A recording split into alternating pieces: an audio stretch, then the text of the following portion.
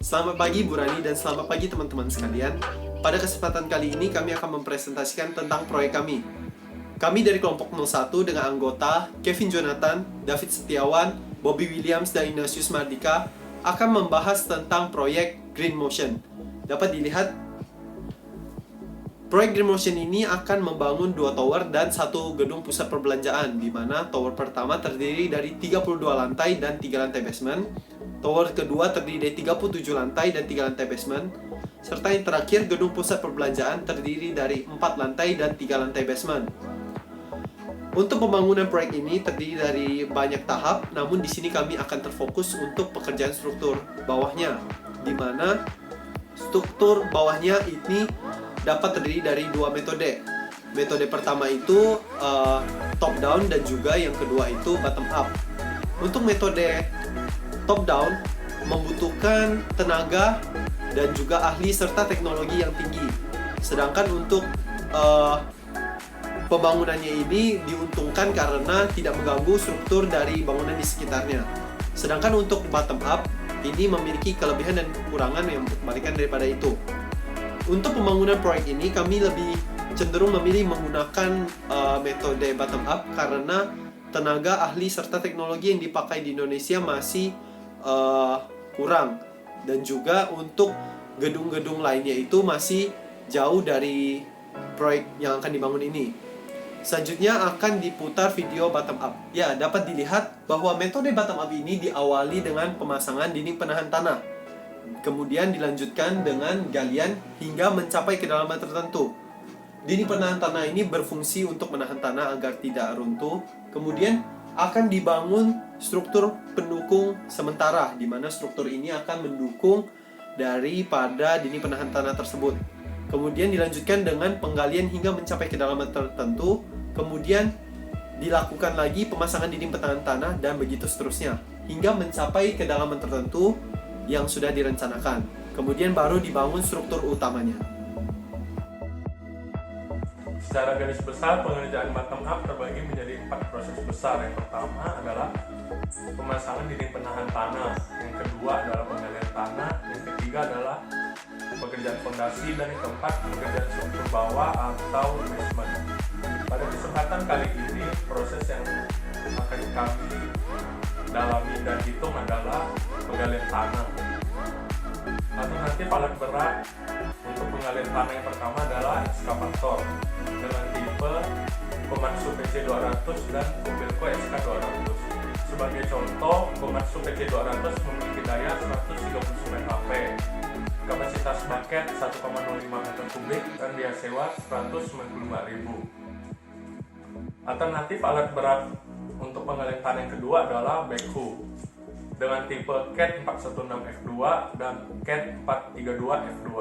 Sebagai contoh, untuk backhoe CAT 416F2 memiliki daya 86 HP, kapasitas bucket 0,96 meter kubik, dan biaya sewa 180.000 per jam. Kemudian, alat yang digunakan untuk mengangkut tanah hasil galian ke tempat pembuangan, kami menggunakan dump truck dengan tipe Hino 24 dengan daya 245 HP dan kapasitas maksimum 36,3 ton. Tipe dump truck yang kedua adalah Sinotruk Owo dengan daya 336 HP dan kapasitas maksimum 30 ton. Selanjutnya adalah perhitungan produktivitas alat berat pada proyek ini. Sebelum perhitungan produktivitas ada beberapa asumsi yang kami ambil, yaitu pertama adalah jumlah kubikasi galian tanah dalam proyek ini adalah sebesar 114 meter dikali 74 meter dikali 12,3 meter dengan jarak hauling yaitu 10 km dan juga waktu kerja itu 8 jam per hari. Alat berat pertama yang kami tinjau adalah ekskavator. Kami meninjau 2 tipe. Tipe pertama dengan kapasitas bucket 1,05 meter kubik dan tipe kedua adalah ekskavator dengan kapasitas bucket 0,93 meter kubik. Keduanya kami asumsikan beberapa faktor perhitungan kapasitas produksi yang sama seperti yang Anda bisa lihat di presentasi di atas. Didapatkan kapasitas produksi untuk ekskavator pertama adalah 124,425 meter kubik per jam dan yang kedua adalah 110,025 meter kubik per jam. Selanjutnya adalah peninjauan alat berat backhoe. Untuk backhoe ini kegunaannya sama dengan ekskavator dengan dua tipe yang berbeda. Yang pertama ada backhoe dengan kapasitas bucket 1 meter kubik, dan yang kedua yaitu kapasitas bucketnya 0,96 meter kubik. Dengan faktor yang diasumsikan sama seperti ekskavator, didapatkan kapasitas produksi untuk backhoe pertama yaitu 118,5 meter kubik per jam, dan yang kedua adalah 113,76 meter kubik per jam. Dan yang terakhir yaitu alat berat dump truck. Kami meninjau dua tipe dump truck. Yang pertama dump truck dengan kapasitas bak 32,3 ton, dan yang kedua adalah 30 ton. Untuk masing-masing dump truck kami mengasumsikan beberapa hal. Yang pertama ada kecepatan rata-rata bermuatan, kecepatan rata-rata kosong dengan jarak tempuh yang sama yaitu 10 km sesuai dengan asumsi yang sudah kami tentukan pada awal. Didapatkan bahwa waktu siklus untuk dump truck tipe pertama yaitu 36,48 menit, dan yang kedua adalah 27,88 menit. Dengan kapasitas dump truck tipe pertama yaitu 27,40 meter kubik per jam, dan yang kedua adalah 29,88 meter kubik per jam. Selanjutnya untuk perhitungannya akan dijelaskan oleh teman saya, Bobby. Setelah produktivitas dari masing-masing alat diketahui, maka langkah selanjutnya ialah menentukan biaya dari alat tersebut. Biaya tersebut adalah operating cost dan juga biaya sewa.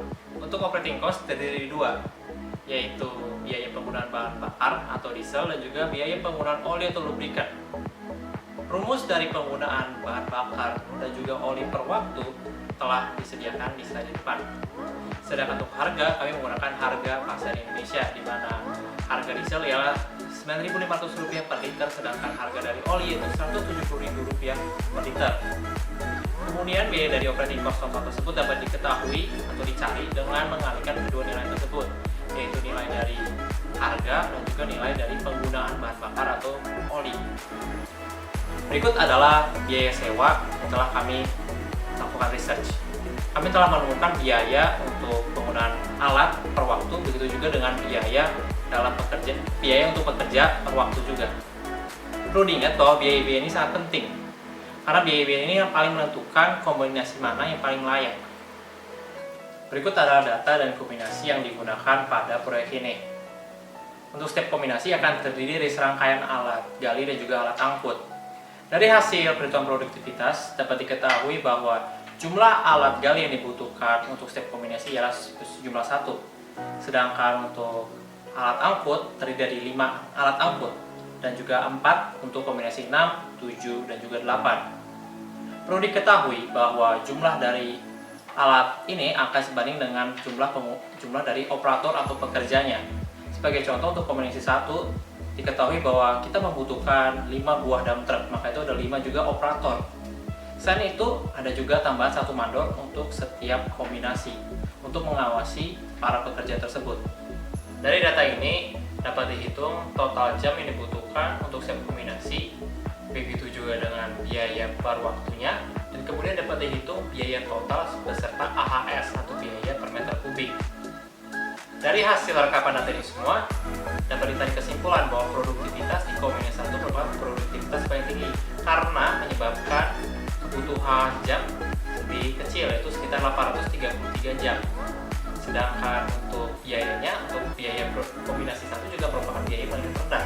Kenapa? Karena ini membutuhkan biaya sekitar 32.000 per meter kubik dan juga biaya total sekitar 3.300.000 juta.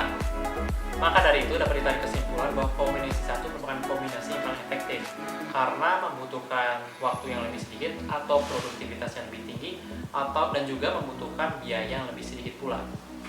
Kombinasi 1 terdiri dari 1 buah alat ekskavator PC200 dan juga 5 buah dump truck Hino. Sekian presentasi dari kelompok kami, terima kasih atas perhatiannya.